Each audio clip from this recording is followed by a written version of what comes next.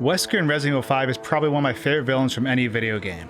I don't know if it's just the absurdity of his encounters or what. I also had a blast playing him in Marvel vs. Capcom 3. So of course, when it came to Mercenaries mode, I was all about him. But of course, Mercenaries mode came with its own set of limitations and the experience got dull after a while. However, what if Wesker was able to be utilized in the main game?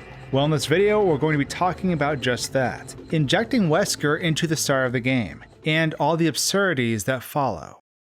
The start of Resident Evil 5 was always kind of odd to me. It's one of the few non-combat areas in the game. Actually, I think it's the only one. When you start the game, you have no equipment here at all, and you have to pick up your gear after you bypass this area. Even if you do a New Game Plus, which lets you retain your equipment from a previous game, you still spawn with nothing but your burly Chris arms. It's weird because I always wanted to have equipment here so I could try to save the person who was getting overrun out of bounds. But because you have no gear, you can't do anything. If you clip through the wall, you can walk up to the people, but there's no command to do anything. Kinda sucks because I could have Hulk smashed these lads and saved someone from becoming a host. Walking out of bounds in this area is pretty neat, but there isn't anything cool hidden in the outskirts of the level. It is really cool to see how they layered all the buildings though, to paint the idea that you're in a city of sorts. It seems much larger than it actually is. Anyways, we press on through this area, get our gear, and then basically never return. But hold on just a second. Let's rewind a bit and start all of this over. What happens if we load our characters in by force with weapons? How does this scene change? Well, it actually changes quite drastically, but not in the way you would think. We can come in guns a-blazing if we want to, but honestly, we aren't going to have anything at all to shoot at. You are never meant to have any weapons here, and it seems as a failsafe they unload all the people on the map if you do. At least when you load in with Chris and Sheva,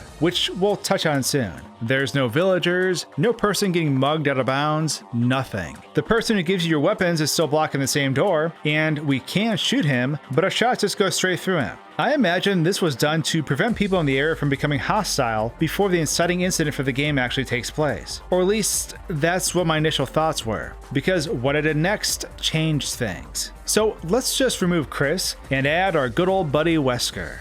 If Wesker is loaded on top of Chris, this starting scenario actually changes. I'm not sure why, but with Wesker in charge, everything loads in just fine. We can't swap our weapons or anything, but we are free to fire whatever is in our hand. So I tested out on some peeps, and to my surprise, they didn't even flinch. The game registers them as being hit, and blood sprays out of them onto their clothes, but no damage is actually done.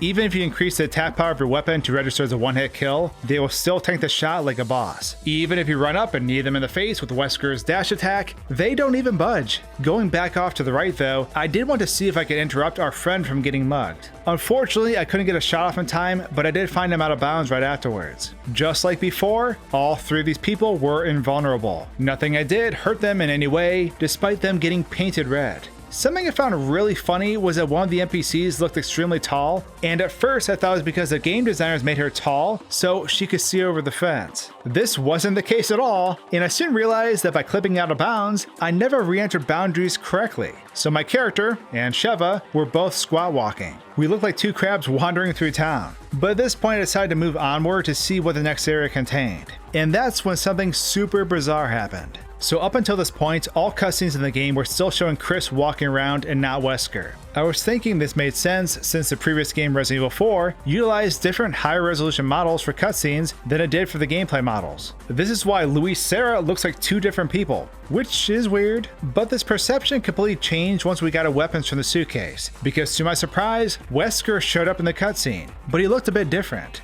A bit like our hulked out Chris Redfield. And honestly, I was rolling when I first saw this. Chris was in Wesker's midnight outfit. He stole Wesker's hair, exploding glasses, and earpiece. He looked like he was about to sell me a slap chop or something. And all of it was entirely strange and insanely hilarious. So I guess Resident Evil 5 did something a bit interesting with certain cutscenes. If dialogue and custom movement is going to be a focus, they actually unload the current model's head and load in a higher resolution head so they can get better expressions and talking animations out of it. The body still belonged to Wesker, as it was more fit and tighter than Chris's bulky frame. But we could tell this was happening, besides the obviousness of it looking the way it does, by actually looking closely at the neck of Chris. It's much thicker than Wesker's neck, so it actually clips through Wesker's shirt and doesn't line up accurately. Taking it a step further, I actually tried loading in Chris over Sheva, but I got a different result. During cutscenes, Chris's body would remain, but Sheva's face would just be gone. It was actually pretty creepy, but was completely opposite of my theory from before. So I'm not 100% sure for certain what defines what takes place when. Swinging back on over to Chris though, in many of the game's cutscenes, he just full on becomes a Wesker stunt double. Watching him face off against Wesker and Jill is pretty comedic to say the least. Beyond that, I did try to restore Wesker's face during the cutscenes, but the result was nightmare fuel. Wesker's eye was glitched out, and it was like his jaw was broken, sloshing around inside the skin sack that was his chin. That's literally the best description I could come up with to describe it. I hope you agree with me. There's still a lot more tinkering to do in Resident Evil 5 though, and this is only the beginning of stuff that is yet to come. So as always, I hope you enjoyed this video, and I'll see all of you soon on HorrorScoped. Cheers.